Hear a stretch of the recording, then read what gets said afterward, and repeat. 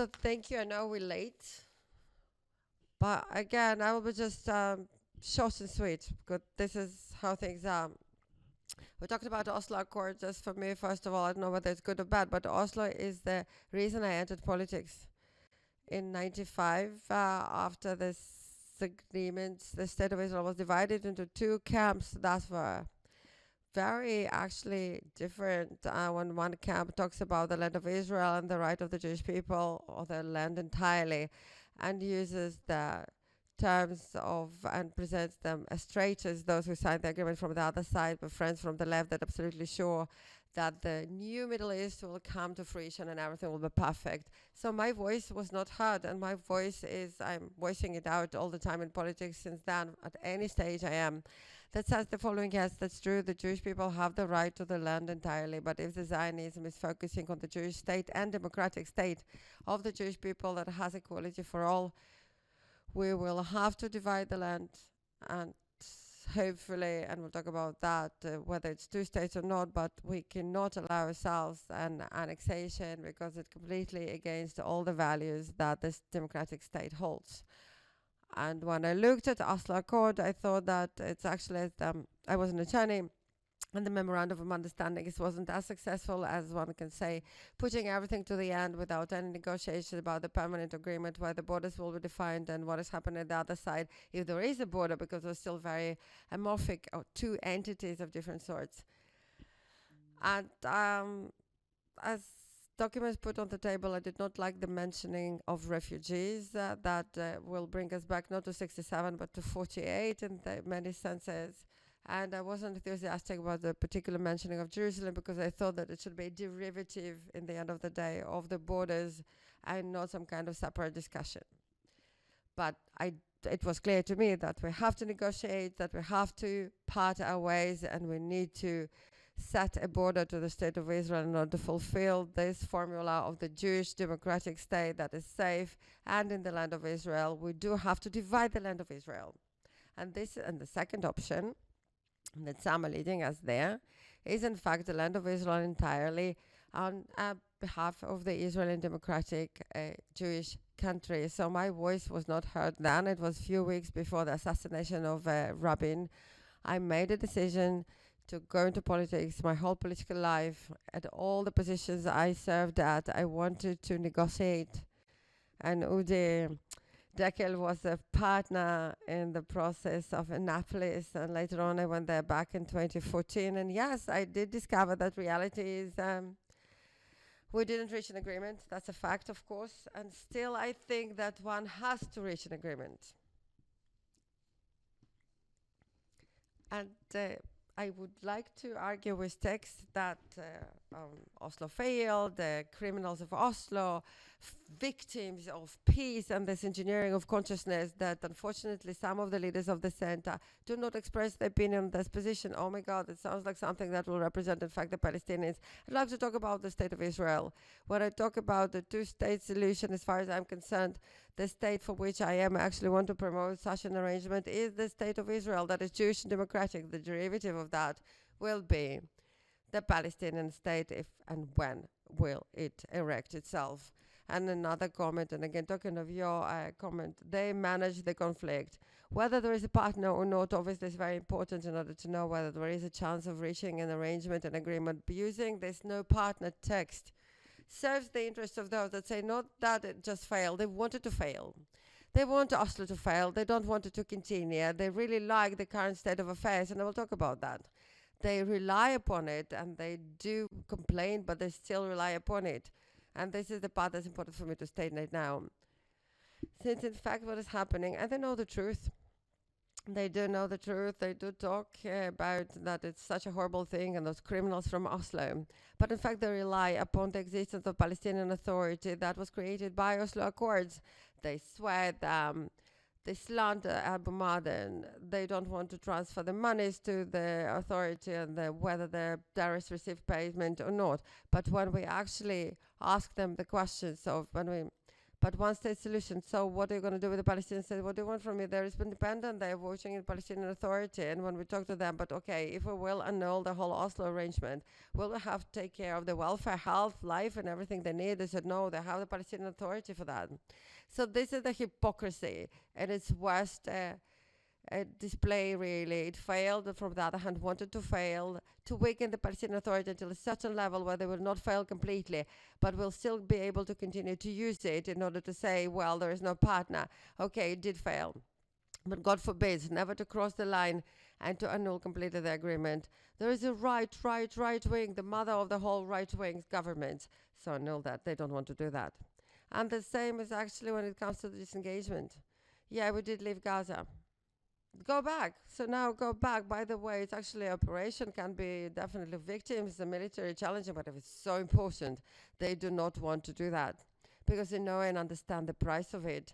And this engineering of Israeli consciousness is something that we first and foremost have to break down, because any leadership that will come to decision-making point has to have legitimacy in the public eye. And we just said that we're not even allowed to say two-state solutions, not about even separation, all those texts, because there is a public engineering that is reversed from the truth.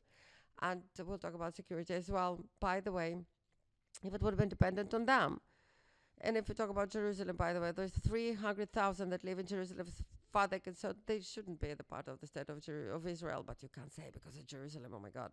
So, but I think it's important to state that and to put it on the table. And let's talk about security as well.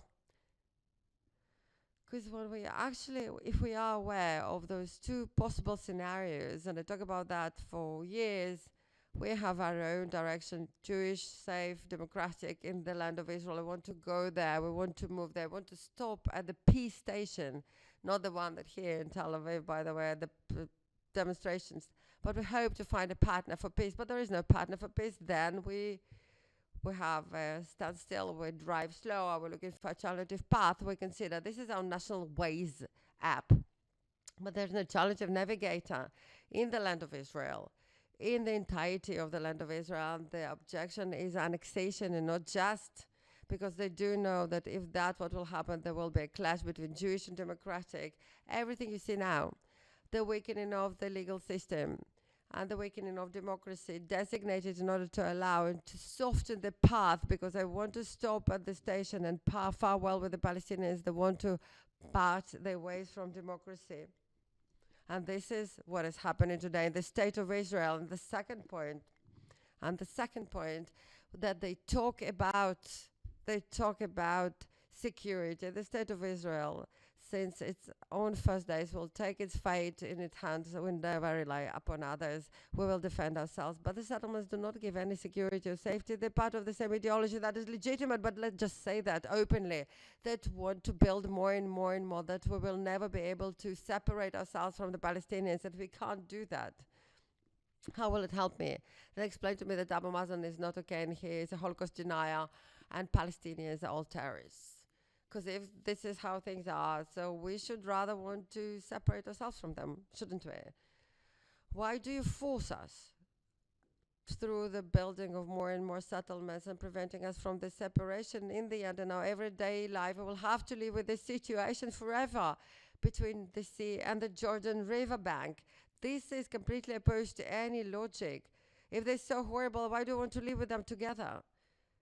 An absurdic way. You force and coerce us to live this joint life. I want to divorce from the Palestinians with consent, and you force me to live together forever. With this forced marriage, really. This is a forced, cursed marriage while you explain to us how horrible they are.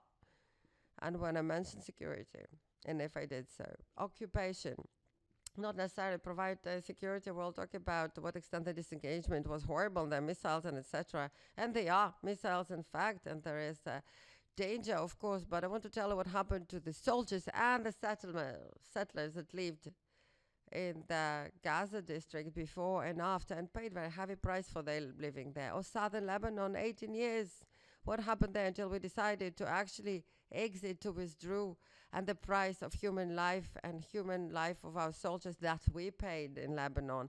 So it's quite in reverse. So it sounds on the right wing, and we will never lead them. We will show them.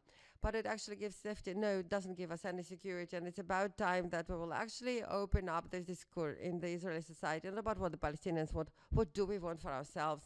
And this is the current and true discourse in Israeli society today. Is as relevant as ever. Those who are angry, Smotrich and others there, that they transferred money and they didn't. I don't know whether they did transfer the Palestinian Authority those armed vehicles or weapons or whatever, but I know one thing. If the transferring of those tools to the Palestinian Authority will save life of one Israeli soldier that will not have to get into some kind of kasbah, this is great that it should be done. Because when we see today, those who attack with such an vehemently, they also encourage, whether with silence or with the wink of the eye or loudly, this brutal behavior against the Palestinians in Judea and Samaria.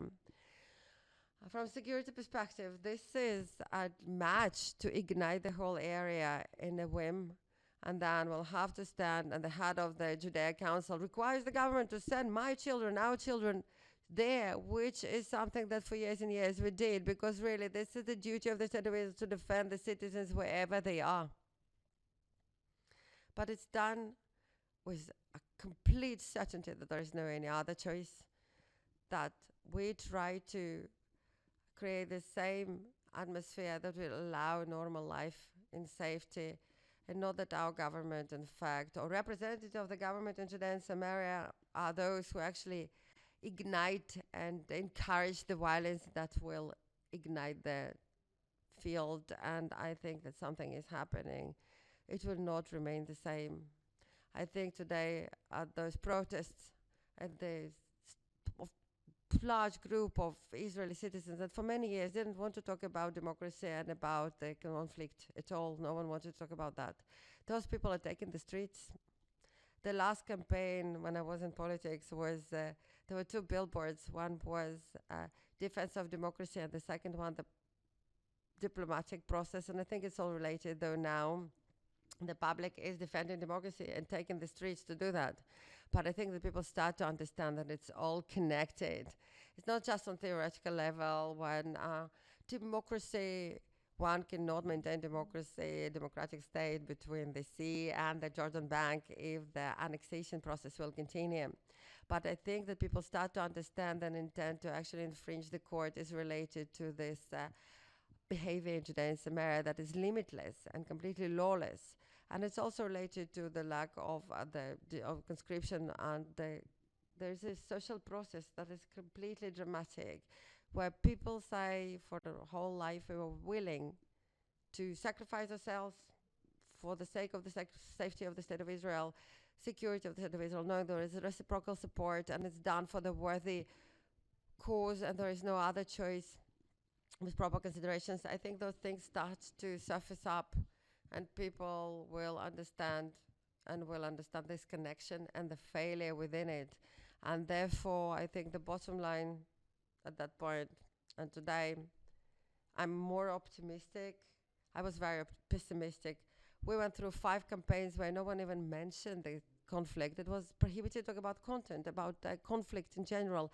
But we have to understand there is no status quo. There is no status quo. We can't do nothing. And at a certain point, we'll be able to go back to normal, because when we talk about that, there is a minister in the Ministry of Defense that every day works in order to prevent us of parting our ways with the Palestinians ever. This is a reality. So things are moving towards a certain direction while we're looking at the other way. And I remember myself saying, I think maybe it was here on this stage, that in fact we're all in the car and we're all trying to make sure that Netanyahu is actually near the steering wheel, but we don't see that this car is taking us very gradually and slowly and safely, well, into a certain type of one state, not as a solution, but as reality. And you talked about an ability to actually separate our ways in the future. I think Shimon Peres talked about an ability to prepare an omelet of 2 eggs, but an inability to separate the omelet back into the eggs. But I don't want to get into deeper. What are the solutions? How can we promote? What can we do? One thing is certain. The state of Israel has to make up its mind. Our citizens have to decide what is our national ways direction, and whether there is a partner or not, what can we promote, what can we not promote, it's another matter, but we need to have a joint common ground. And when I'm standing on the stages and I'm saying that the common ground should be back to the Declaration of Independence of the Jewish state with equality, if this is our joint ground, that will make it clear what are the conclusions that we need to derive and what are the operational steps we need to implement. Without this understanding what is our common ground, unfortunately, we're not managing the conflict, not because of the Palestinians, but because we haven't decided what we're actually managing here. Thank you so much. Okay, I'm out of here. Bye-bye.